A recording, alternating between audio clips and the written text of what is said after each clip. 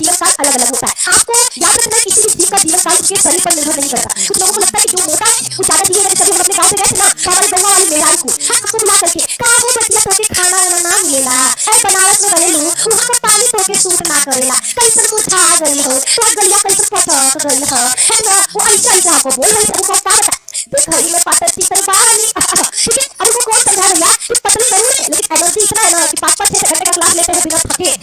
ऐसे चिल्ला के पढ़ाते हैं कि बच्चों को स्पीकर अपना कम करना पड़ता है। इस स्पीड में पढ़ाते हैं कि बच्चों को कभी मेरा आज तक कोई क्लास को ट्यूट करके देखा नहीं किए। वो खुद कहते हैं कि दीदी लोग बहुत फास्ट पढ़ाते हैं। अब कौन समझाए उन लोगों को, हम लोग कुछ नहीं बोलते हैं, आपको बता देते हैं। आप लोग अपने दिमाग में डाल लो कि किसी को पतला देखकर छोटा देखकर ये कतो मत समझना कि वो बहुत कम साल जिएगा। काहे कि बायो कहता है ना कि किसी भी जीव का जीवन काल उसके शरीर पर निर्भर नहीं करता, उसके शरीर के आकार पर निर्भर नहीं करता। क्योंकि हाथी बहुत बड़ा है लेकिन वो 65 वर्ष जीता है। ठीक है, हमारा कौवा और तोता दिखने में लगभग एक जैसे होते हैं, दोनों पक्षी है लेकिन कौवा जहाँ सिर्फ 15 वर्ष जीता है, तोता हमारा 140 वर्ष जीता है। हाथी जहाँ इतना बड़ा होकर 65 वर्ष जीता है, हमारा जो कछुआ है 250 वर्ष जीता है। ठीक है, बरगद और पीपल का पेड़ दिखने में एक जैसे है लेकिन जीवन काल उनका देखो कितना अलग है। ठीक है, आपका पेड़ जहाँ पर आपका 15 से 20 वर्ष जीता है वहीं पर हमारा बरगद 200 वर्ष जीता है। तो यहाँ पर क्या देखने को मिल रहा कि आकार कभी किसी का भी जीवन काल न बढ़ा सकता है और न घटा सकता है। अब बात करते हैं जनन का। ठीक है, जीवन काल हमारा खत्म हो चुका, अब बारी है जनन का। इस जनन क्या है, इस चैप्टर में हमको यही पढ़ना है कि आखिर जीव जनन क्यों करते हैं और कैसे करते हैं। इसमें हम पढ़ेंगे कि जितने भी निम्न कोटि के जीव जिसको आप देख नहीं सकते, आखिर वो अपने जैसे संतान कैसे बनाते हैं। ठीक है, आखिर वो अपने जैसे संतान कैसे बनाते हैं, हमको इसी को पढ़ना है। ठीक है, तो देखो जनन क्या है। जनन एक जैविक प्रक्रिया। सबसे पहली चीज याद रखना, जनन कैसी प्रक्रिया है, जैविक प्रक्रिया, जीवों के द्वारा होने वाली प्रक्रिया। अब जैसे मान लीजिए हमारे पास बोर्ड है ना, हम इस बोर्ड को बोल कर गए ए बोर्ड भैया कई सुपैया जब हम आएंगे ना तो तुम अपने जैसे दूर छोटा छोटा बोर्ड और पैया कर देना। क्या ये हमको बोर्ड कई सुबह तक दूर बच्चा देगा कहोगे बड़ी नहीं दे सकता मैं, क्यों? क्योंकि ये निर्जीव है। ये क्या है बच्चा, निर्जीव है। तो जनन वो प्रक्रिया है जो क्या है, जैविक प्रक्रिया, जो जीवों में होता है। और लेकिन एक चीज याद रखना, ये सब जीवों में नहीं होता, ये कोई विशिष्ट प्रक्रिया नहीं है। विशिष्ट का मतलब होता है वो प्रक्रिया जो हर जीव में होना ही होना चाहिए। अगर नहीं होगा तो वो जीव जैसे सांस लेना, जैसे श्वसन की क्रिया हर कोई सांस लेता है, हम भी सांस लेते हैं, तुम भी सांस लेते हो। ठीक है, तुम्हारी वाली भी सांस लेती है, उस वाली के परिवार वाले भी सांस लेते हैं, तो सब सांस लेता है। कुकुर, बिलार, गधा, घोड़ा, घोटू सब के सब सांस लेते हैं ना। ठीक है, तो जो सब करेगा, जो सब के सब जीव करेंगे उसको विशिष्ट करेंगे। तो जनन विशिष्ट लक्षण नहीं है। क्यों नहीं है? क्योंकि बहुत सारे लोग जनन नहीं करते। जैसे आपका खच्चर है, घोड़ा और गधा मिलकर बच्चा बनाता है, उसको खच्चर कहते हैं, वो नपुंसक होता है, वो संतान नहीं बना सकता। ठीक है, जैसे बाल स्त्रियां वो बच्चे पैदा नहीं कर सकते, नपुंसक पुरुष वो बच्चे पैदा नहीं कर सकते। तो क्या वो जीव नहीं है? है, वो जीव है। लेकिन कुछ लोग ऐसे भी हैं जिनमें जनन की क्रिया नहीं होती, इसलिए जनन को विशिष्ट लक्षण नहीं कहा जाता। ये आपका जैविक प्रक्रिया है जो ज्यादातर जीवों में होता है। और इसमें क्या करेंगे, इसमें एक जीव अपने समान संतान को उत्पन्न करता है। जनन क्या है, जनन वो प्रक्रिया है जिसमें एक जीव अपने जैसे संतान को उत्पन्न करेगा। याद रखना, ये चीज याद रखिएगा। कई बार होता है मम्मी लोग बोल देती है, मम्मी लोग कभी गुस्से में बोलती है ना, हमारे कोठी में कठौरा पैदा होके के रहा है, ये जानवर चोरनी हमारे कोठी में आ गई है। लेकिन अब उनको कौन बताए, उनको कहना निधि में क्लास करिए मम्मी, हमारी निधि में बोली है ना कि कभी भी इंसान के गर्भ से गधा नहीं निकल सकता, वो जैसा होगा उसके गर्भ से वैसा ही बच्चा निकलेगा। तो हमारी मम्मी तो सुंदर, यानी उनकी जो बिटिया होगी वो भी सुंदर होगी, है ना।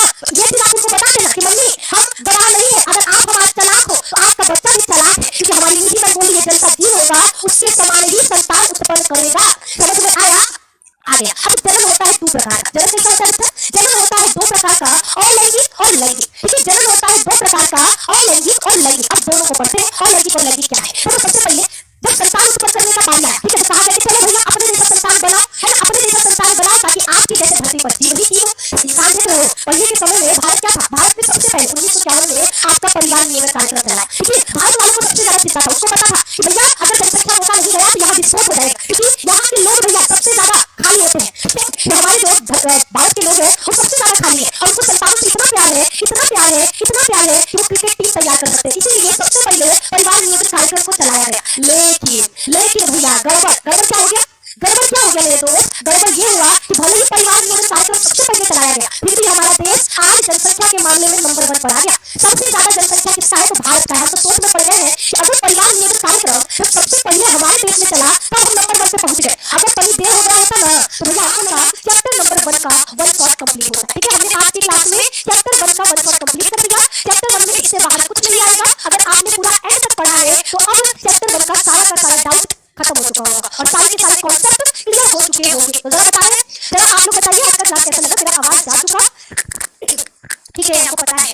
चलो कोई बात नहीं, पीडीएफ आपको हमारे टेलीग्राम चैनल निधि मैम साइट, ठीक है, ध्यान से देखो, डिस्क्रिप्शन में आपको टेलीग्राम चैनल मिल जाएगा, वहां से आप क्या करिए, हमारे टेलीग्राम चैनल से जुड़ करके पीडीएफ ले लेना, ठीक है, पीडीएफ ले लेना। शाम को 4 बजे 10th की क्लासेस है, जहां पर हम आपका भी वन शॉट लेकर आ रहे हैं, ठीक है। तो अब से 10th और 12th दोनों का वन शॉट चलेगा। नवंबर में पूरा का पूरा चैप्टर वन शॉट के द्वारा हम कंप्लीट कर देंगे। तो हमारे बच्चा जुड़े रहो निधि मैम साइट इस चैनल से, और अपने दोस्तों को शेयर जरूर करो। उन लोगों को कहो कि भैया तुम जहां पढ़ रहे हो पढ़ते रहो, हम मना नहीं कर रहे कि आप सिर्फ हमसे पढ़ो, कभी नहीं बोलेंगे, ठीक है। अगर एक टीचर होते तो हम ये कहते कि आप सिर्फ हमसे पढ़ो, दूसरे चैनल पे मत जाओ, लेकिन हमने कहा हम आपकी बहन है, और आपकी बहन कह रही आप जिस चैनल से पढ़ रहे हो आप पढ़ते रहो, लेकिन हाँ 12 की क्लासेस जब हम करवाते हैं तो आ जाओ, ठीक है। कुछ नहीं कहा तो आप बहुत कुछ सीख कर जाओगे, ये हम आपसे वादा कर सकते हैं। तो प्लीज आप लोग क्लासेस में आइए, कल चैप्टर नंबर 2 का वन शॉट कराएंगे। तो सभी लोग सुबह 9 बजे चैप्टर नंबर 2 पुष्पीय पाठकों में लैंगिक जन्म के लिए तैयार रहिएगा। आज के लिए सिर्फ इतना ही। अपना ख्याल रखो, मस्त रहो, निधि मैम की क्लासेस में आते रहो, प्यारा प्यारा कमेंट करना। अगर 100 कमेंट हमको हो जाएंगे कि हाँ जी मैम हम तैयार हैं कल सुबह 9 बजे चैप्टर 2 के वन शॉट के लिए, तो ही हम